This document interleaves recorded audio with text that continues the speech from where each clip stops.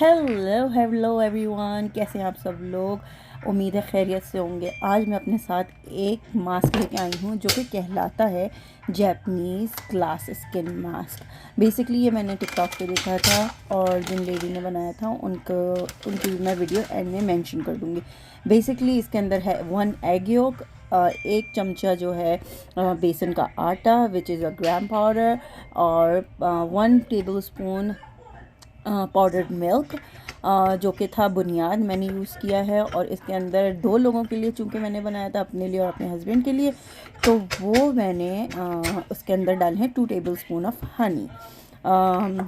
जैसा कि आप देख सकते हैं ये थोड़ा ड्राई हो रहा था, तो क्योंकि मैंने उस वक्त 1 ही टेबल स्पून डाला था, फिर मैंने इसके अंदर जल्दी से एक और टेबल स्पून ऐड करके इसको जल्दी जल्दी जल्दी जल्दी फेंटा।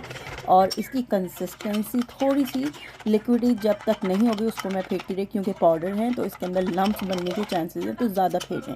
अगर फोर्क यूज़ करना चाहते हैं फोर्क यूज़ करें, इवन ब्रश यूज़ करना चाहते हैं जिससे आप अप्लाई करेंगे आप वो कर सकते हैं, चमचा यूज़ करना चाहते हैं चमचा यूज़ सकते हैं। सो कुछ ऐसी कंसिस्टेंसी होनी चाहिए। अब हम करेंगे यहाँ पर अपने ऊपर अप्लाई ये mask. It's a very messy process, so wear something that is rough for you. और जो आप फेंकना चाहते हैं, तो मेरा हिजाब भी इसमें बर्बाद हुआ, इसके अंदर मेरी शर्ट भी बर्बाद हुई, और जो मैं स्वेटर पहनी हुई हूँ क्योंकि सर्दी हो रही थी, तो वो भी मेरा है ना, मुझे वॉशिंग करके ही पहनना पड़ेगा, अब ऐसे ही नहीं पहन सकती।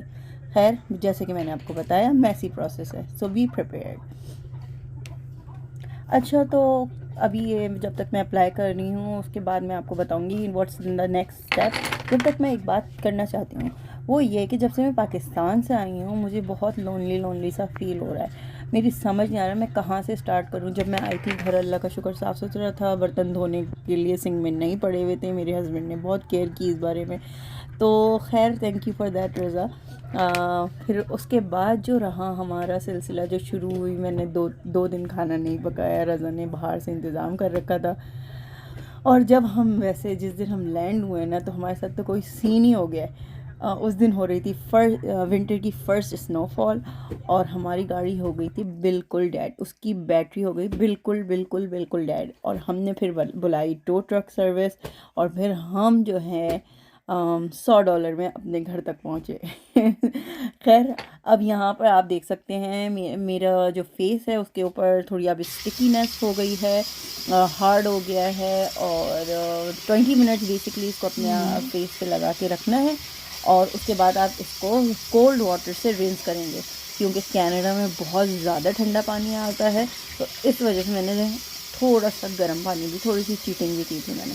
तो जितना मैं कोल्ड बर्दाश्त कर सकती थी मैंने उतना कोल्ड लिया अपने फेस पे और हाथ पे। स्पेशली फेस तो बर्दाश्त कर जाते हैं लेकिन हाथ नहीं बर्दाश्त कर पाते।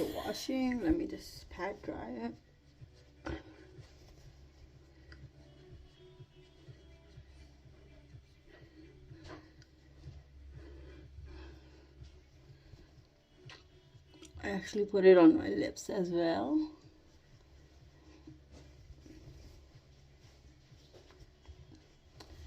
And here you can take a look at the shine on my face. It came out pretty good, and I had to change the scarf.